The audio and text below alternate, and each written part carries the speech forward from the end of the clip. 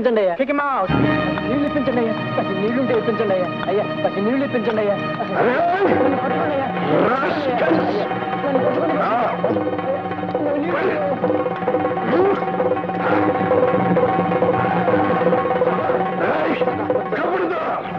మళ్ళీ మా వాళ్ళ మీద దౌర్జన్యం చేశారు మీ కాళ్ళు చేతులు మీద కొడతారు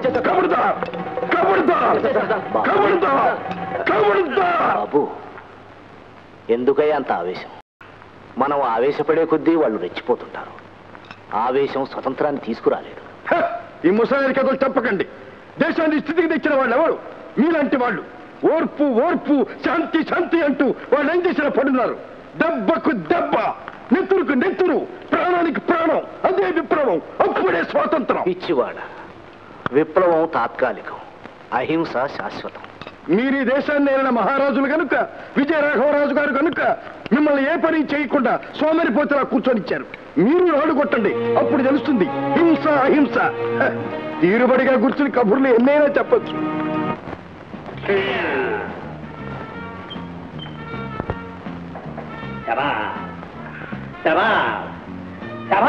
త్రిమూర్తి మరి త్రిమూర్తి చెప్పారు సాధించారు పారాయణ్ణి పుట్టలో వేసేశారు గుడ్ వెరీ గుడ్ మీరొక చిన్న పని చెయ్యాలి Vijaya Raghavaraju what is his name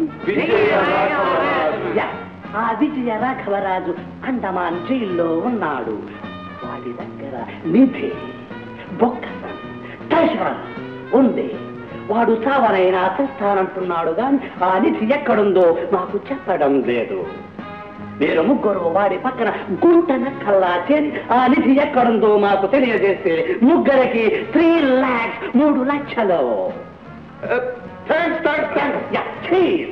बोलो स्वतंत्र भारत की बोलो स्वतंत्र भारत की बोलो स्वतंत्र भारत की बोलो स्वतंत्र भारत की గారు మీకా ఈ దుస్థితి ఏమిటిది సత్యమూర్తి ధర్మరాజు న్యాయపతి మీరు కూడా ఇక్కడే అవును బాబు తమరే ఇక్కడ ఉండగా తమరు పాపారాయుడు గారు కదూ అవును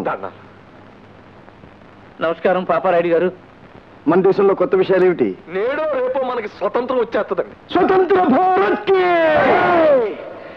మన దేశానికి స్వరాజ్యం వచ్చేస్తుంది నా దేశానికి స్వరాజ్యం వచ్చేస్తుంది జై బోలో స్వతంత్ర భారత్ కి జై బోలో స్వతంత్ర భారత్ కి జై బోలో స్వతంత్ర భారత్ కి స్వరాజ్యం వచ్చే వరకు నేను ఉంటాను పోతాను అనుమానంగా లేదురాజు గారు మీరు స్వరాజ్యం వచ్చే వరకు ఉంటారు ఎన్నో మంచి పనులు చేస్తారు చేయాలనే ఉంది కానీ చేయలేనేమో అదేమిటండి ప్రభుత్వం వారు మీ దగ్గర ఉన్నదంతా తీసేసుకున్నా వాళ్ళకి తెలియకుండా ప్రజల కోసం మీరు కొంత నిధిని దాచి ఉంచారు నీతే నా దగ్గర నీతి ఉందని మీకెలా తెలుసు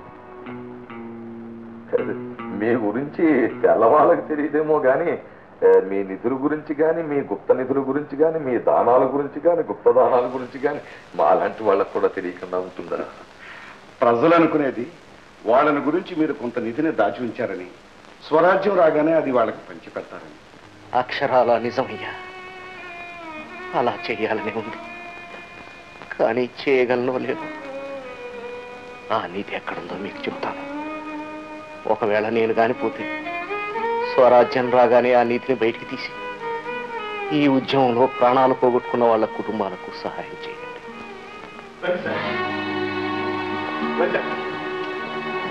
ఇన్నాళ్ళు ఈ రహస్యాన్ని నా కడుపులోనే దాచుకున్నాను ఇప్పుడు మీకు చెప్పాను ఈ సంగతి నా భార్యకు కూడా తెలియదు ఇక మీరు ఈ రహస్యాన్ని ఎలా కడుపులో దాచుకుంటారో నిధిని రహస్యాన్ని మా కడుపులోనే దాచుకుంటాం మరి కోరినట్టుగానే ఆ దిక్కుమాల కుటుంబాలందరికీ సఫలమాప చేస్తాం మీకు ఒక స్మారక చిహ్నం కూడా ఏర్పాటు చేస్తాం వారి గుడ్డి పొడుతు పడుతూ మంచిది మీ కూడా రాజా గారికి ఏమి కావాలి సార్ మా దేశానికి స్వాతంత్రం రావటం వారి కళ్ళ వస్తారు సార్ చూడండి సార్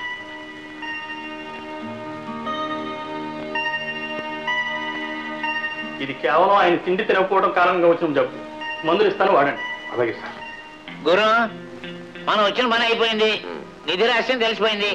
ఈ సంగతి వెంటనే వెళ్ళి దొరగారికి చెప్పేస్తే ముగ్గురికి 3 లక్షలు. షూర్గా పిచ్చిమున్నవాడా, కొత్త కంగారు, బాగా జాగ్రత్తగా ఆలోచన చేయాలి. ముఖ్య ప్రకటన.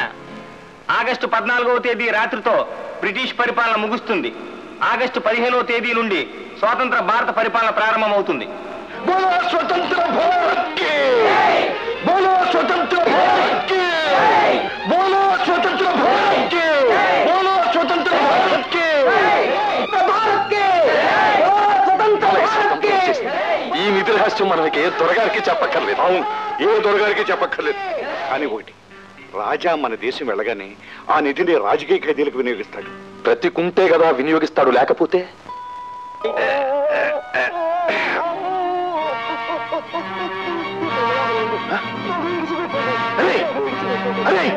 ఏమిటి ఏమిటి ఏం చేస్తున్నారా?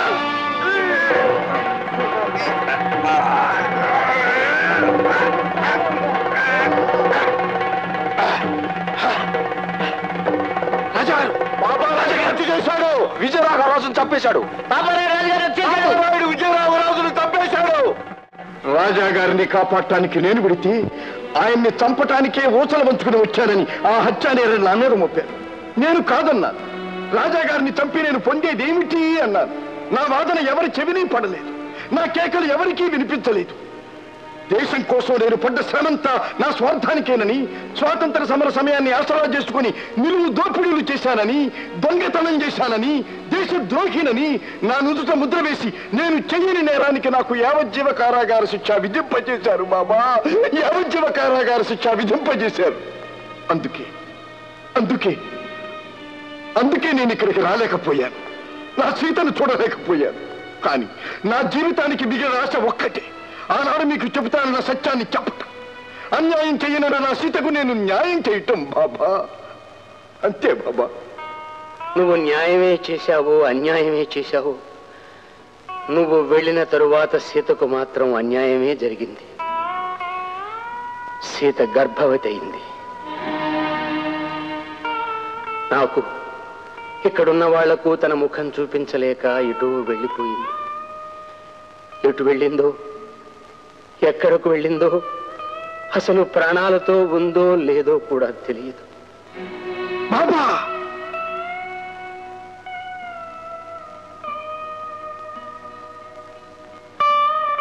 నువ్వు చెప్పేదంతా నిజమే అయితే భగవంతుడు నీకు సీతకు అన్యాయమే చేశాడు.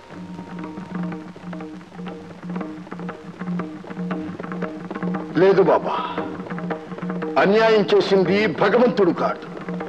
పాపాలకు ప్రతిరూపంగా నిలిచిన ఆ ధర్మం, సత్యం, న్యాయం ఏ ముగ్గురు కలిసి నన్ను దేశద్రోహి అని ముద్ర వేయించారో, ఏ ముగ్గురు కలిసి నాకు యావజ్జీవ కారాగార శిక్ష విధింపజేశారో, ఏ ముగ్గురు నా తల్లి మరణానికి కారణభూతులయ్యారో, ఏ ముగ్గురు నన్ను నా సీత నుంచి దూరం చేశారో, ఆ ముగ్గురిని నరికి పోగులు వేసే వరకు ఈ పాపారాయుడు నిద్రపోడు బాబా, నిద్రపోడు.